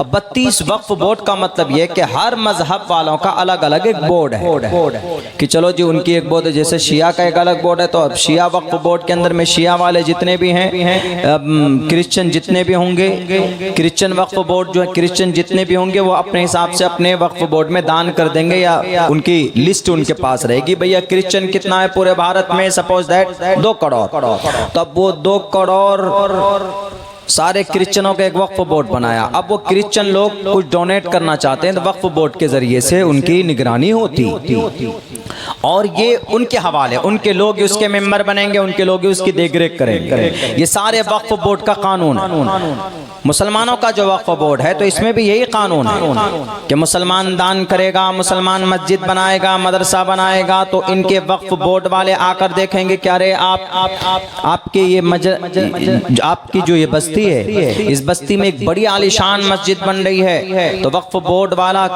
कभी कभी ऐसा आता है कि आता है वो निगरानी करता, अगर आप लोग चाहेंगे तो आप लोगों की अनुमति से ये मस्जिद रजिस्टर्ड हो जाती है वक्फ बोर्ड में। वक्फ बोर्ड का मतलब ये वक्फ है, जमीन वक्फ बोर्ड की निगरानी में आ गई, ये मतलब होता है वक्फ बोर्ड का। और इसका अधिकार भारत के आर्टिकल नंबर, हमारे संविधान के आर्टिकल नंबर 26 में freedom to manage religious affairs, इसके अंदर है नीचे रिलीजियस अफेयर्स, अपने कोई भी धार्मिक मामलों को आगे बढ़ाने, उसमें काम करने के लिए पूरी आजादी दी गई है, अधिकार दिया गया। तो अब जो हमारा वक्फ बोर्ड है, अब जो एक कानून आया है भारत सरकार जो मिस्टर मोदी जी लेकर आए हैं, वो 32 वक्फ बोर्ड में से सिर्फ मुस्लिम वक्फ बोर्ड जो है इसमें कानून अदला बदला गया भाई। 32 वक्फ बोर्ड में नहीं, सिर्फ इनमें। अगर आपको कानून लाकर कुछ भला करना चाहते हैं तो फिर सारे जितने भी वक्फ बोर्ड हैं सब में लाइए। और इसमें सबसे बड़ा गुनाह का काम क्या किया, इसमें यह किया कि सारे वक्फ बोर्ड में उसके धर्म के लोग रहेंगे। हिंदू वक्फ बोर्ड है तो हिंदू ही मेंबर बनेगा, क्रिश्चियन है तो क्रिश्चियन ही बनेगा, जैन है तो जैन ही बनेगा। लेकिन इस्लाम में मुस्लिम वक्फ बोर्ड में जब वो लेकर कानून लेकर आया, इसमें यह लिखा गया कि इसमें 2 हिंदू भी मेंबर बन सकता है, तो ये तो गलत है। सिख वाला वक्फ बोर्ड में आप कहिए कि मुसलमान भी वक्फ बोर्ड होगा, सिख अपना पगड़ी उतार करके मारेगा। क्यों? हमारी जमीन, हमारी प्रॉपर्टी, हमारा मेंबर होगा ना। तो सुप्रीम कोर्ट ने कहा कि ये जो नया कानून आया ना, ये जो मेंबर हिंदू भी बनेगा, इस पर रोक लगाया सुप्रीम कोर्ट ने। एक तो ये तो साफ दिख रहा है कि भेदभाव है। दूसरा क्या? दूसरा जो सबसे खतरनाक है, जिससे हम लोग बोलते हैं सुनते हैं कि अरे हमारी मस्जिद चली जाएगी, हमारे मदरसे चले जाएंगे, 70% हमारी ज़मीनें चली जाएगी, हमारी प्रॉपर्टी चली जाएगी, 70-72%। तो कैसे चली जाए? अब इसमें एक चीज़ ये, पहले वक्फ बोर्ड में क्या होता था, मिसाल के तौर पर आपके पाकुड़ डिस्ट्रिक्ट में एक वक्फ सर्वे कमिश्नर होता था, वक्फ कमेटी होती है पहले तो जिला में, और वक्फ बोर्ड होता है रांची में, और वक्फ सेंट्रल कमेटी होती है दिल्ली में। ये 3 प्रोसेस होता है। आपके पाकुड़ में वक्फ कमेटी है, और वक्फ कमेटी का सबसे बड़ा आदमी जो होता है सर्वे कमिश्नर होता है। सर्वे कमिश्नर होने का मतलब ये है कि जैसे आपने ये मस्जिद बनाई, आपके मुतवल्ली साहब आप लोग मिलकर कहा अरे यार हमारी मस्जिद वक्फ बोर्ड में रजिस्टर करना है, तो क्या करना है? तो आप लिख करके लेकर जाएंगे यहाँ पाकुड़ में जहाँ इसकी दफ्तर है, वहाँ कहेंगे कि हम मस्जिद बना रहे हैं, उस मस्जिद को वक्फ बोर्ड में हम रजिस्टर करना चाहते हैं। तो अब सर्वे कमिश्नर आएगा, छानबीन करेगा, जमीन किसने दी कि जब फलां साहब ने दी, अच्छा फलां साहब की जमीन थी उनकी अपनी, उनकी पेपर चेक करेगा, हाँ देखेगा हाँ भाई ठीक है, इस आदमी ने दान किया, इसकी खुद की जमीन है, चलो ठीक है मानी जाए। तो वो सर्वे कमिश्नर पूरा, अब सर्वे कमिश्नर ये भी देखता था कि वो जमीन कोई विवादित तो नहीं है, डिस्प्यूट तो नहीं है, यानी कहीं दूसरा आदमी भी तो दावेदार नहीं है कि नहीं जबरन हमारी मस्जिद जमीन पर मस्जिद बनाई है। तो उसमें यह भी ऑर्डर होता है कम से कम 1 साल 2 साल तक वक्त टाइम दिया जाता है सर्वे कमिश्नर की तरफ से कि कोई आदमी दावेदार अगर आएगा निकल कर तो उसकी भी बात सुनी जाएगी, लेकिन कोई नहीं आया, कोई मामला नहीं आया। तो अब ये सर्वे कमिश्नर बाज़ाब्ता इसको लिख देता था कि ये जमीन वक्फ बोर्ड की है। ये रिपोर्ट करता था कहाँ? सर्वे कमिश्नर डायरेक्ट दिल्ली, और दिल्ली से फिर वो पेपर बनकर आ जाता था रांची कि आप इस गांव की जो जामे मस्जिद है वह वक्फ बोर्ड में रजिस्टर्ड हो गई है। ये प्रोसेस था। हाँ, अगर कोई आदमी अगर आ जाता दावा करने वाला, नहीं जी ये जमीन हमारी है, हमारी इजाजत के बगैर इसने ली है मस्जिद में, तो फिर ये वाला केस चला जाता था कहां पर? ट्रिब्यूनल अदालत में। ट्रिब्यूनल अदालत 3 लोगों की एक अदालत होती थी पहले, इस कानून के आने से पहले वहां पर जाता था और वहां पर वो केस चलता था, फिर दोनों से पेपर मांगे जाएंगे, केस चलता है और वो जो अदालत फैसला कर दे उसको मानना पड़ता था, उसको ट्रिब्यूनल बोलते। तो ये प्रोसेस पहले का था। लेकिन अब क्या कानून आया है? अब कानून ये आया कि डीएम को पावर दिया गया है। आपकी ये मस्जिद है, 50 साल से आप नमाज पढ़ रहे हैं या 50 साल से मदरसा चल रहा, इस कानून में वक्फ बा यूजर को खत्म कर दिया। ये जो जमीन मस्जिद है किस लिए बना रहे हैं आप लोग? क्रिकेट का मैच करेंगे, ये गाना डिस्को बाजा होगा, कुछ नहीं होगा। जाहिर सी बात है कि नमाज के लिए हम लोग कर रहे हैं, अल्लाह की इबादत करेंगे। तो अल्लाह की इबादत करना, यूज होना किसके लिए? इस जमीन का, इस मस्जिद का यूज होना अल्लाह की इबादत के लिए। इसी को बोलते हैं वक्फ बाय यूजर। यूज होने के लिए वक्फ किया गया, वक्फ बाय यूजर। और तकरीबन जितनी भी जमीनें हैं, जितनी भी मस्जिद और मदरसों की जमीनें वक्फ बाय यूजर होती है, वक्फ की जाती है यूज होने के लिए। मदरसा है तो पढ़ने के लिए यूज होंगे। लेकिन अब जो नया कानून बना है, इस नए कानून में सारी ताकत वक्फ कमिश्नर को खत्म कर दिया, वक्फ की कमेटी को खत्म। वो कमेटी होगी तो कमेटी का सबसे बड़ा पावरफुल आदमी कौन? डीएम। और डीएम सर्वे करेगा कि कितनी मस्जिदें हैं पाकुड़ के अंदर। जी 100 मस्जिदें हैं, सपोज दैट। चलो आपके इस मस्जिद में आएगा, आने के बाद कहेगा कि ये मस्जिद बनाई गई है जी कितने साल से? 50 साल से। अच्छा, जमीन जी वक्फ है। किसने किया है वक्फ? पहले जमाने में अगर कोई मस्जिद के नाम पर वक्फ करता था तो वक्फ करने वाला पेपर नहीं बनाता था, चलो दे दिया हमें अल्लाह के रास्ते में, हो गया। आज कुछ लोग रजिस्ट्री करते हैं, नहीं तो दे दिया बच जाओ, हो गया। मस्जिद बन गई, दे दिया, उसकी रजामंदी हो गई, वक्फ कर दिया उसने, उसी वक्त से अल्लाह के लिए हो गया। उसको ना बेच सकता है, ना खरीद सकता है, ना कुछ कर सकता है। तो अब वो कहेगा, डीएम साहब कहेगा कि अच्छा किसने वक्फ किया था? जी 50 साल पहले कोई आदमी था, फला आदमी उसने किया था। कहा कि पेपर दिखाओ, पेपर जो वक्फ किया था। कहा सर पेपर तो ये नहीं है। पेपर कहाँ से होगा? आज इस मॉडर्न जमाने में हमारा आधार कार्ड, पैन कार्ड में नाम मैच ही नहीं करता है, तो हम 50 साल पहले का पेपर कैसे दिखा दें? जब आज इतनी गड़बड़ी है टेक्नोलॉजी के ज़माने में, तो अब से 50 साल पहले का जो वक्फ किया कैसे पेपर ला के दें, उसने जुबानी बोल दिया था, बस तब से लेकर आज तक है। तो डीएम किसका आदमी होता है? डीएम सरकार का आदमी होता है। डीएम को ऐसा लगेगा कि अरे नहीं, दाल में कुछ काला, इतनी बड़ी जगह पर मस्जिद है, इतनी बड़ी जमीन कौन वक्फ करता है? लगता है कि इस मस्जिद में, ये मस्जिद की जो जमीन है, इसमें कुछ न कुछ झोल है।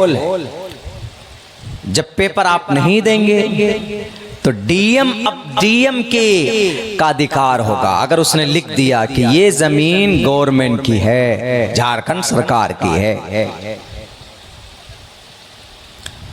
जिस वक्त वो लिखेगा उसी वक्त से आपकी मस्जिद में ताला। आप कहेंगे कि जब हम सीना तान कर पूरे गांव वाले खड़े हो जाएंगे, प्रशासन के सामने, पुलिस के सामने, कानून के सामने में खड़े होने से कुछ नहीं होता। दो चार को अंदर डालेंगे, सब गायब हो जाते हैं। इस उम्मत में अब वो ताकत रही नहीं। खोखले हो गए, शराब पीकर खोखले हो गए, जुआ खेलकर खोखले हो गए, ऐसे जवान भी नहीं रहे अब। तो उसके बाद आप क्या कहेंगे? अब आपको सरकार कहेगी कि ठीक है, कोई बात नहीं, हम मानते तुम्हारी है। डीएम को पेपर नहीं मिला तो डीएम ने लिख दिया कि गवर्नमेंट की है। अब अगर तुम्हारी है तो कोर्ट जाओ, अदालत चलो, सुप्रीम कोर्ट जाएंगे, पूरी बस्ती वाला अच्छा पैसा चंदा करेंगे, चलो जी मस्जिद बनाना है, लेकिन मस्जिद में तो ताले लग गए ना, नमाज कहाँ पढ़ेंगे आप? जुमा कहाँ पढ़ेंगे? मस्जिद में ताला। और कोर्ट का मामला एक दिन में हल होता है क्या? 1 साल में हल हो जाए, 2 साल में हो जाए, 3 साल, 10 साल में भी अगर हल हो जाए, चलो भाई 10 साल के लिए मस्जिद में ताला, 10 साल के बाद तो खुलेगा ही, या कोई फैसला होगा? 10 साल, 11 साल, 20 साल, 30 साल, 40 साल, 50 साल, 60 साल, 70 साल तक मामला चला जाता है जनाब सुप्रीम कोर्ट में। अगर 70 साल तक केस चलता रहा किसी मस्जिद का सुप्रीम कोर्ट में, तो 70 साल तक उस मस्जिद में ना अजान दी जा सकती है, ना नमाज पढ़ी जा सकती। ये खतरनाक कानून है। वक्फ बाय यूजर को जो खत्म किया है वो ये है। इस वजह से हमारे लोग मैदान में हैं, और मैदान में आना नहीं बल्कि जमकर और डटकर मुकाबला करना जरूरी है, बात करना जरूरी है, प्रोटेस्ट करना जरूरी है। ये इतने ईमानदार नहीं होते। कानून बिल्कुल संविधान के खिलाफ बना है। संविधान में लिखा है कि अगर किसी के लिए कानून बनाओ तो बराबर का कानून बनाओ। Prohibition of discrimination on grounds of religion, धर्म के आधार पर कानून नहीं बनेगा, लेकिन यहाँ धर्म के नाम पर कानून बनाया गया है। इसी वजह से मना किया गया, इसी वजह से हम लोग प्रोटेस्ट कर रहे हैं, मेहनत कर रहे हैं, एहतिजाज कर रहे हैं। लेकिन मामला सुप्रीम कोर्ट में है। सुप्रीम कोर्ट में जाएगा, कोई ऐसा चीफ जस्टिस आएगा जो उनके पसंद का होगा, मिस्टर अमित शाह का दोस्तों में से होगा या मिस्टर मोदी का दोस्त होगा। मिस्टर मोदी के हक में फैसला दे देगा कि जो कानून सदन में पास हुआ है उसका सम्मान होना चाहिए, वरना फिर इतने एमपी का वोट करने से क्या फायदा। इसीलिए सुप्रीम कोर्ट ये फैसला सुनाती है कि सुप्रीम, ये पार्लियामेंट के बनाए हुए कानून को निरस्त ना किया जाए। हालांकि सुप्रीम कोर्ट को ये पावर है, उसको अगर लगता है कि इस कानून से भारत संविधान को खतरा, भारत के संविधान को दिक्कत और परेशानी है, तो सुप्रीम कोर्ट का जज उस कानून को रिजेक्ट कर सकता है। सुप्रीम कोर्ट, अदालत उज़्मा। लेकिन हमें तो नहीं लगता मेरे भाइयों, इतनी खतरनाक साजिशें आपके इस धरती पर चल रही, इतनी खतरनाक प्लानिंग आपके इस धरती के ऊपर हो रही। हमने और आपने क्या तैयारी किया है? ना तो हमारे पास वकील है और ना ही हमारे पास हमारा ईमानी ताकत इतना मजबूत है। अल्लाह की मदद भी नहीं आ रही है। हम मुसलमान हैं। हजरते जनाबे मोहम्मद रसूलुल्लाह सल्लल्लाहु अलैहि वसल्लम का जमाना आपसे तकरीबन 1450 साल पहले का जमाना। उस वक्त अल्लाह की मदद आती थी, आज नहीं आ रही।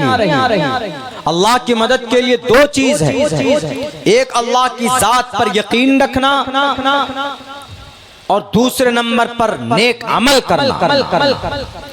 हम नेक अमल करते हैं, चलिए अल्लाह को एक तो मानते हैं कि अल्लाह एक है, ये हमारा यकीन, हमारा आस्था है, लेकिन बुरे अमल से हम बचते हैं? नहीं बचते। अल्लाह की मदद के लिए दो चीज जरूरी है, अल्लाह को एक मानना, यकीन कामिल हो, और दूसरे नंबर पर आमाल सालिहा। अगर आमाल सालिहा आपके पास नहीं है, शराब पीते हैं आप, जुआ खेलते हैं आप, नौजवान पुष्पा 2 फिल्म देख रहा है, सिकंदर फिल्म देख रहा है रातों को, कुरान से कोई दोस्ती ही नहीं है, कुरान तिलावत करने की कोशिश नहीं कर रहा है, वजू के फराइज याद नहीं है। पूछ लीजिए तो नमाज पढ़ने से पहले जो वजू करते हैं, वजू में क्या क्या फर्ज है, क्या क्या जरूरी है, नहीं बता पाएगा। वेब सीरीज के बारे में पूछ लीजिए तो बता देगा कि पुष्पा 2 फिल्म का डायरेक्टर का नाम बोलो तो ये कहेगा कि राजमौली। वजू में फर्ज कितना है तो आंखें बंद कर लेगा। ये हमारी नई नस्ल की हालत, हमारे मुसलमानों की यह हालत। अगर ऐसी हालत होगी तो अल्लाह की तरफ से नुसरत और मदद नहीं आ सकती। ऐसे ही हमारी मस्जिदें जाती रहेंगी। उत्तर प्रदेश के 20 मदरसे बंद कर दिए योगी जी ने, सिर्फ इस आधार पर कि इन मदरसों में रजिस्ट्रेशन पेपर नहीं। क्या मदरसा चलाने के लिए परमिशन जरूरी है? नहीं है। मदरसा माइनॉरिटी के लोग चला सकते हैं, कुरान की तालीम दे सकते हैं, लेकिन मेरे भाइयों, मेरे मुसलमानों, हमें वो मोहब्बत नहीं रही अपने कुरान से, अपनी शरीयत से और जनाब मुहम्मदुर रसूलुल्लाह सल्लल्लाहु अलैहि वसल्लम की सुन्नत से, जिसकी वजह से ये जालिम लोग कामयाब होते चले जा रहे हैं। वरना अल्लाह की नुसरत आती थी, ऐसी आती थी कि सहाबा एक तरफ खड़े हैं 313 लेकर और उधर 1000 की तादाद है, फरिश्तों की मदद आई। जंगे कादसिया में एक सहाबी, आज हमसे कहा जा रहा है कि नमाज पढ़ो तो तैयार नहीं होते, दीन के काम में बढ़ चढ़ कर हिस्सा लो तो नहीं आते। अरे बस ऐसी मौलाना लोगों का काम चीखने चिल्लाने का है। कुर्बानी का जज्बा खत्म हो गया। दीन के लिए मर मिटना, दीन के लिए शौक पैदा होना, ये जज्बा खत्म हो गया इस कौम से। और जब तक शहादत का और जब तक दीन के लिए अपने आप को खपा देने की अगर इतना जज्बा नहीं है आप में, तो अल्लाह की तरफ से मदद नहीं आ सकती। पागल बनना पड़ेगा आपको। एक सहाबी हैं जिनके लिए पूरी सूरत नाजिल हुई, अबसा व तवल्ला अन जाअहुल अमा व मा युद्रिका लअल्लहु यज़क्का औ यज़क्करु फतनफ़अहु ज़िक्रा अम्मा मन इस्तग़ना फअन्त लहु तसद्दा व मा अलैका अल्ला यज़क्का व अम्मा मन जाअका यस्आ व हुवा यख़शा फअन्त अन्हु तलहा। ये तीसरे नंबर की सूरत है, 30वें पारे में। अम्मा तसालून सूरह नाज़ियात के बाद सूरह अबस है ये। इसमें एक नाबीना का तज़किरा, अल्लाह के नबी अलैहिस्सलातु वस्सलाम इस की एक शान नुज़ूल में से है। खैर हम पूरी शान नुज़ूल को बताना नहीं चाहते। हम जो जिस नाबीना सहाबी, नाबीना है, आंख से अंधे हैं, देख नहीं सकते, लेकिन महबूब खुदा हैं, अल्लाह के नबी के पसंदीदा हैं। उनका नाम अब्दुल्ला इब्ने उम्मे मक्तूम रजी अल्लाह ताला नबीना। उनकी शान में सूरत नाजिल हुई, उनके तड़प और उनके जज्बे की वजह से सूरत नाजिल हुई। एक मौका था, अल्लाह के नबी के पास आए, अल्लाह के नबी मुझे जंग में जाने की इजाजत दीजिए, मैं मुकाबला करना चाहता हूँ, मैं मुशरिकीन को, कुफ्फार को वासिले जहन्नम करना चाहता हूँ। अल्लाह के नबी मेरी जिंदगी की आखिरी ख्वाहिश है। अल्लाह के नबी ने कहा कि अब्दुल्ला तुम्हें मैदान में जाने की जरूरत नहीं है, तुम यहीं पर मस्जिद नबवी में अजान करो, अल्लाह तुमको जो सवाब वहां देगा वही तुमको यहाँ अता फरमाएगा। तो अल्लाह के नबी का जमाना चला गया, अल्लाह के नबी चले गए इस दुनिया से। तो उसके बाद हजरत अबू बकर सिद्दीक कुर्सी पर बैठे, एक रोज और आए कि अब खलीफतुल मुस्लिमीन अबू बकर सिद्दीक मैं अल्लाह के रास्ते में शहीद होना चाहता हूँ। देखिए कितना शौक था। मैं ये नहीं कहता कि कल जाकर आप शहीद हो जाइए, मैं कह रहा हूँ कि आज हम लोग दिलों के अंदर में दुनिया कितनी मोहब्बत कर गई कि हम लोग शहादत तो दूर की बात, हमको हमारा ईमान घर से मस्जिद तक नहीं ला पा रहा, हमको हमारा ईमान शिर्क से, गीबत से, चुगली से नहीं बचा पा रहा। तो अबू बकर सिद्दीक से कहा कि अबू बकर सिद्दीक आप हमें इजाजत दे दीजिए, अल्लाह के नबी ने जाने नहीं दिया। तो अबू बकर सिद्दीक ने कहा कि अब्दुल्ला, जब अल्लाह के नबी ने इजाजत नहीं दी तो मैं कैसे दे सकता हूँ? मैं वही बात कहता हूँ जो अल्लाह के नबी ने कही थी कि तुम मस्जिद नबवी में अजान पढ़ो, तुमको अल्लाह वही दर्जा देगा। उसके बाद फिर अबू बकर सिद्दीक का जमाना गया, उमर फारूक का जमाना आया। डंडा लेकर लुढ़कते लुढ़कते पहुंचे अल्लाह के अमीरुल मोमिनीन के पास। हे उमर फारूक, मुझे जंग में जाना है, अपने आप को शहीद करना है, अल्लाह के रास्ते में शहीद होना है, मैं शहादत की मौत चाहता हूँ, पागलों की मौत नहीं, शहादत की मौत, मुझे इजाजत दो। तो हजरत उमर फारूक ने कहा कि अल्लाह के नबी ने इजाजत दी थी आपको? नहीं दी थी। अबू बकर ने इजाजत दी थी? नहीं दी थी। जो काम अल्लाह के नबी ने आपको जिसके लिए इजाजत नहीं दी, अबू बकर सिद्दीक ने नहीं दी, मैं कैसे दे सकता हूँ? तो उस वक्त गुस्से में आ गए वो। उन्होंने कहा कि या अमीरुल मोमिनीन, क्यों आखिर आप हमें मना कर रहे हैं? आपको ऐसा लगता है इसीलिए जाने की इजाजत नहीं दे रहे हैं ना कि मैं अंधा हूँ? मैं मैदान में जाऊंगा, मैदान कारजार में, बैटल फील्ड में, लड़ाई की जंग के मैदान में, तो सामने अगर कोई तलवार लेकर आएगा, मैं उसके तलवार को नहीं देख सकता, मैं तीर नहीं चला सकता, मैं मुकाबला नहीं कर सकता, इसी वजह से आप हमें मना कर रहे हैं। लेकिन एक बात बताता हूँ अमीरुल मोमिनीन, मैं आंख से अंधा जरूर, लेकिन मेरा ईमान इतना मजबूत है, मैं जंग नहीं कर सकता आने वाले तीर को, आने वाले भाले को, और हम तलवार नहीं चला सकते, लेकिन मैं आपसे वादा करता हूं आप मुझे इस्लाम का झंडा दे दीजिएगा और जहां मुझे खड़ा कीजिएगा मैं वहीं खड़ा हो जाऊंगा।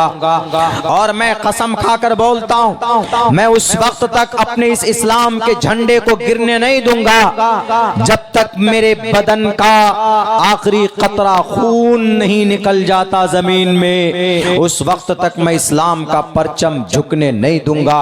आप मुझे इजाजत तो देकर देखिए। जब इनका शौक देखा, जब इनकी तड़प देखी, तो उमर फारूक ने कहा कि चलो जंगे कादिसिया में हजरत अब्दुल्ला इब्ने उम्मे मक्तूम नाबीना सहाबी हैं, उम्र दराज हैं, इस्लाम का झंडा दे दिया गया। ये लेकर मैदान कारजार में पहुंचे, लड़ाई होती, जंग होती, तीर भाले चलते हैं, जिस्म के परखच्चे उड़ते हैं, खून की नदियां रवा हो रही है। लेकिन एक जगह पर जहां इनको खड़ा किया था झंडा लेकर, तो ये वो सहाबी हैं कि इनके हाथ में झंडा था, जिस हाथ में झंडा था उस हाथ में तलवार मारी गई, वहां टूटने के करीब, कटने के करीब था, तो बाएं हाथ से पकड़ लिया और बाएं हाथ में तलवार मारी गई। तो उसके बाद फिर अपने मुंह से पकड़ लिया, लेकिन झंडा गिरने नहीं दिया। और जब देखा कि मुंह से पकड़ लिया है, तो उनके टांग में तलवार मारी गई, गर्दन में तलवार मारी गई। पता ये चला कि जब ये बेहोश, जब ये इनकी शहादत नहीं हो गई, जब तक शहीद नहीं हो गए, तब तक उन्होंने अपनी जुबान से, अपनी दांत से झंडा को गिरने नहीं दिया। ये होता है जब ईमान इस दर्जे को पहुंच जाए तो अल्लाह आसमान से फरिश्ते की झुंड को भेजता है कि जाओ मेरे फना बंदे की मदद करो। आज आपकी मस्जिदें शहीद की जा रही, गजा पट्टी में 22,000 मासूम बच्चों के जिस्म के टुकड़े किए गए, अल्लाह की मदद नहीं आ रही है। क्यों? आलम इस्लाम शराबी बन गया, पूरे दुनिया के मुसलमान कबाबी बन गया, पूरे दुनिया के मुसलमानों का रिश्ता कुरान से मजबूत नहीं है, पूरी दुनिया के मुसलमानों का रिश्ता मुबाला से मजबूत हो गया, बेईमानी की जिंदगी गुजारते हैं, चुगलखोरी गीबत करते हैं, पाबंद सलात नहीं है, 5 वक्त की नमाज की पाबंदी नहीं हो पाती जनाब, हम शहादत की तो दूर की बात। जब अमल मजबूत नहीं होगा तो अल्लाह की मदद नहीं आएगी। हालांकि आज भी वही सूरज है, आज भी वही चांद सितारे, आज भी वही कुरान। कुरान बदल गया क्या? वही कुरान। हदीसें बदल गई क्या? वही हदीस है। अल्लाह बदल गया क्या? वही अल्लाह।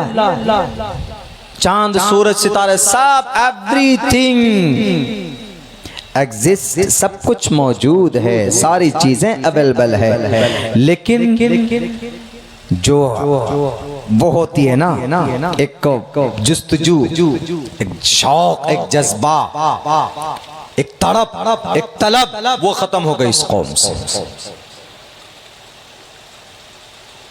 अल्लाह के दरबार में रातों को रोना, तहज्जुद की नमाज में, ये नहीं देखा जाता। पूरे गांव में शायद मैं आपको लिख के कहता हूं कि शायद 1 या 2 आदमी होगा जो तहज्जुद की नमाज पढ़ता होगा। हालांकि वो वक्त इतना अच्छा होता है, पूरी दुनिया सोती है, आपका गुनाह पहाड़ों से भी बड़ा है, हिमालय पहाड़ से बड़ा है। आप रात को उठिए, तहज्जुद की नमाज पढ़िए, उस वक्त अल्लाह के सामने हाथ फैलाइए, 2 कतरे आंसू के बहाइए। अगर आपका पहाड़ का गुनाह पहाड़ों जैसा भी अल्लाह अगर माफ नहीं कर देगा तो आप फिर कहीं बोलिएगा। क्यों? अल्लाह को वो वक्त इतना पसंद है कि अरे देखो पूरी दुनिया सो रही है और ये बंदा मेरे लिए, मुझे राजी करने के लिए आया हुआ।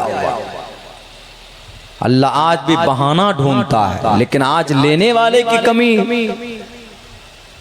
बहरकैफ मुसलमानों, वक्त भी मेरे भाइयों काफी हो चुका है, ये वक्त तकरीर का नहीं होता। आजकल हम लोगों ने एक रिवाज बनाया हुआ है कि इशा से लेकर फजर तक, लेकिन मेरी राय के खिलाफ मैं तो ये कहता हूँ कि जलसा जो आदमी करते हैं वो इशा के बाद शुरू करे, 1 बजे तक ख़त्म करे। 1 बजे ख़त्म करे, आदमी सोए, फिर उठ के नमाज पढ़े। क्योंकि कभी कभी ऐसा होता है कि आधा घंटा पौन घंटा पहले जो जलसा, आधा घंटा अगर अजान भी हो जाती है, जलसा खत्म हुआ, नींद इतनी खतरनाक आई भी होती है कि कोई तो बस जहां लेटा वहीं बस नींद आ गई, जहां पड़ा वहीं नींद आ गई। पूरी रात जागकर जलसा कर जो बातें सुनी जाती है, तो जब 12-1 बजे तक हैं आप नींद नहीं आ रही तो आप जो सुनेंगे वो बातें याद रहेंगी। 12-1 बजे के बाद नींद की हालत में जो बातें आप सुनेंगे आपको याद नहीं रहेगी। आप सुबह पूछ लीजिए किसी से, वो आपको कहेगा कि अरे पता नहीं क्या बोले मौलाना। इस वक्त आप लोग नींद खाकर सुन रहे हैं, आपके पास जो नींद है, और वो चीजें ऐसी होती है वो किसी के बस में नहीं। ये ऐसा पहलवान है कि आप मुंह धो लीजिए, आंख में विक्स लगा लीजिए, कुछ भी लगा लीजिए, वो 5 मिनट के बाद फिर आ जाएगा। नेचर है कुदरत के तरफ से। वो जानना नौमकुम सुबाता। मैं 18 घंटे गाड़ी चला करके आपके यहाँ पहुंचा, रात नहीं सोया मैं पूरी रात। तो मैं इधर रुका बीच में, इधर रामपुर हाट के तरफ। मैं खाने के लिए जो बैठा हूँ ऐसे करके मुझे ऐसी नींद आ गई। गाड़ी में बैठा हूं गाड़ी ड्राइव करने के लिए, तो मुझे वहां नींद आ रही। गाड़ी रोककर मुंह धो रहा हूं तो 5 मिनट के बाद फिर नींद आ जा रही। तो उस वक्त मैंने यही सूरह पढ़ी है हमने, अम्मत सालू, उसी में है वजालना नौमकुम सुबाता वजालना लैला लिबासा वजालना नहारा माशा वबनैना फौककुम सबअन शिदादा वजालना नौमकुम सुबाता। आप बहुत थके हुए हैं, बहुत थके हुए हैं, आप जाइए सो जाइए, आधा घंटा सोकर उठिए, थकान दूर। एंटीबायोटिक है अल्लाह के तरफ से, जो डॉक्टर के पास नहीं है वो अल्लाह के पास है। एंटीबायोटिक आधा घंटा सो जाइए, नींद का खुमार उतर जाएगा। वरना अगर नींद आ रही है, देखिए बड़ा बड़ा हादसा होता है। कोई किसी ट्रक के नीचे घुस जा रहा है गाड़ी लेके। अभी हुआ था हमारे यहीं पर, यहीं मालदा से ही प्रोग्राम करके हम जा रहे थे, इसी रास्ते में ये जो फरक्का हाईवे, हमारी गाड़ी 15 फीट खाई से नीचे जाके गिर गई। राउंड करके जाके नीचे गिर गई। क्यों? ड्राइवर वाला मेरी आंख लग गई, वो स्टीयरिंग पकड़ कर सो गया ड्राइवर, हम भी पीछे थे। तो नींद पर किसी का कंट्रोल नहीं। तो इसीलिए ज़ाब्ता ऐसा बनना चाहिए जलसों का कि नींद भी पूरी हो जाए और जलसा भी सुन ले, तो ज़्यादा बेहतर। ये मिजाज बनाइए, ये रस्म तोड़िए कि नहीं जनाब फजर के अजान तक ही चलना है। ये कब था? ये जब था, अब से 10 साल पहले की बात है कि लोग सवारी पे आते थे, बस पे आते थे लोग, बस में। अब बाज़ाब्ता ताम झाम लेके आते थे, बिस्तर लेके आते थे, टिफिन लेके आते थे। आपके यहाँ तो नहीं, हमारे यहाँ ऐसा होता था। हमारे यहाँ ऐसा होता था कि बिस्तर ले रहे, कंबल लेकर, सब कुछ सर्दी में जलसा होता था, और टिफिन खाना सब लेके आते थे और बस में आते और पूरी रात जलसा सुनते थे। वहां ये बात कही जाती थी अगर 12 बजे 1 बजे अगर हमने खत्म कर दिया ये प्रोग्राम इनका, तो ये बेचारे कहाँ जाएंगे, बस मिलेगी नहीं इनको सुबह 6 बजे या 7 या 8 बजे से पहले। इसलिए पूरी रात का जलसा होता था ताकि सब लोग जिंदा रहें और सब लोग जागते हुए रहें और जाने में कोई दिक्कत ना हो। लेकिन आज अगर कोई कहीं पर जलसा, पहले बात तो सुनने के लिए कोई दूसरे गांव में बहुत कम जाता, हर गांव में जलसा हो रहा है, लेकिन अगर कोई कहीं जाता भी है तो अपनी सवारी से जाता है, अपने ऑटो है, अपनी ई रिक्शा है, बाइक है, 4 व्हीलर है, जाता। तो इसीलिए मेरी ये राय, मेरे पिछले 8 साल की तजुर्बे की रोशनी में मैं ये बात कह रहा हूँ, आप 1 या 1.5 बजे तक का जलसा कीजिए और पूरे जोश और शौक के साथ जलसा होगा, सुनेगा, और आइंदा के लिए भी थोड़ी बहुत प्यास बाकी रहेगा। इंशाल्लाह वो जलसा आपका ज़्यादा कामयाब होगा। बाकी मैं दुआ करता हूँ आपके इस अराकीन से, अराकीन आपकी इस मस्जिद के लिए, आलीशान आपने मस्जिद बनाई, इस मस्जिद को नमाजों के ज़रिए से आबाद कीजिएगा। जहाँ आपने बढ़ चढ़ कर हिस्सा लिया है वहीं पर आपको 24 घंटे में 5 वक्त नमाज के जरिए से मस्जिद को आबाद करना है। मस्जिद एक जगह है, वरना दुनिया तो ये चाहती है कि मस्जिदें खत्म हो जाए। आपने इस पुरफितन दौर में भी एक मस्जिद बनाई है, आपके गांव वालों के लिए सआदत की बात है। अगर मस्जिद आबाद नहीं हुई, जितनी बड़ी मस्जिद है कम से कम आधी मस्जिद तो फुल होना चाहिए नमाज में, लेकिन पता चला कि सिर्फ इमाम साहब और मुअज्जिन साहब है, पीछे 2 बूढ़े और हैं, बाकी नौजवान तबका कान में रुई डालकर सोया हुआ, कान में एयरफोन लगाकर सोकर गाना सुनना है। तो मेरे भाइयों फिर ऐसी मस्जिद बनाने से कोई फायदा नहीं। छोटी मस्जिद बनाइए। अल्लाह को शानदार मस्जिद पसंद नहीं, अल्लाह को शानदार नमाजी पसंद है। अल्लाह के नबी ने जो मस्जिद बनाई थी, मस्जिद तामीर की थी, ऊपर छत इतना कमजोर थी उसकी कि खजूर की टहनी डालकर जब रात को बारिश होती, सुबह जब सहाबा सजदे में जाते तो माथे में और नाक में कीचड़ लग जाते।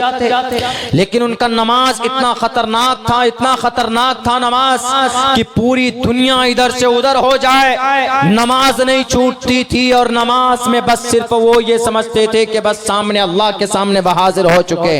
ऐसी नमाज होनी चाहिए।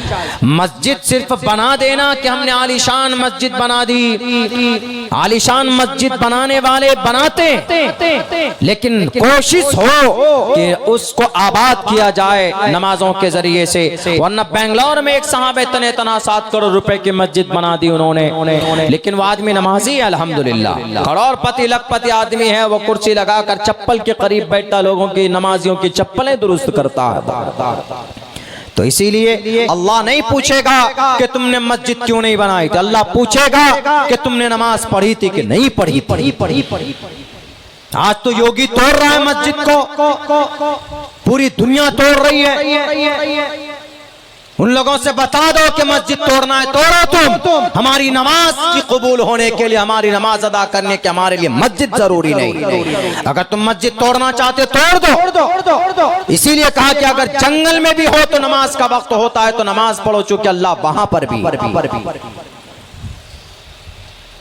अल्लाह किसी मस्जिद में नहीं रहता, अल्लाह हर जगह पर। वनहनु अक़रबु इलैहि मिन हब्लिल वरीद, हमारे शहरक से भी ज्यादा करीब है। अल्लाह कहता है मैं तुम्हारे करीब हूँ, तुम्हारे शहरक से भी ज्यादा करीब हूँ। जहां रहो नमाज पढ़ो, दुकान में हो नमाज का वक्त हो जाए नमाज अदा करो, घर पे हो नमाज का वक्त हो जाए तो मस्जिद में आके नमाज अदा करो, नमाज पढ़ो, नमाज जरूरी।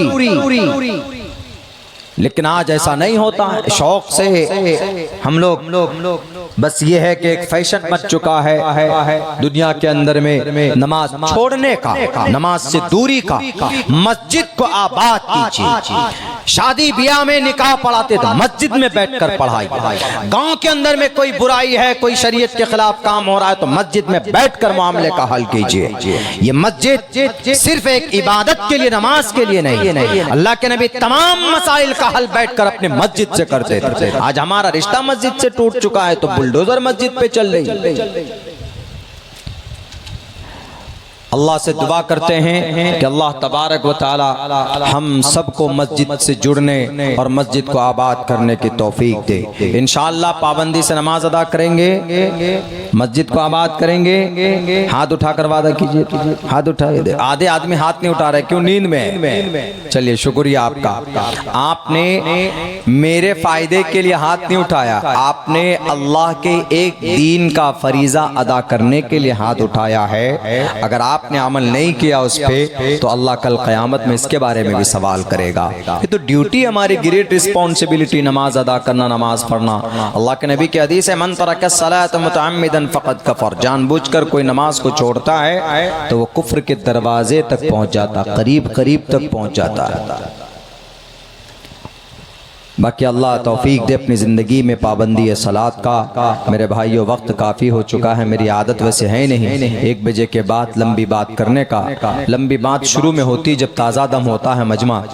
बहरकैफ नमाज का भी वक्त हो चला है, 3 बज चुका है। अल्लाह से हम यही दुआ करते हैं कि अल्लाह हम सबको कहने से सुनने से कहीं ज़्यादा अमल की तौफीक अता फरमाए। बहुत बहुत शुक्रिया, जज़ाकल्लाह। अस्सलामु अलैकुम व रहमतुल्लाहि व बरकातुहू।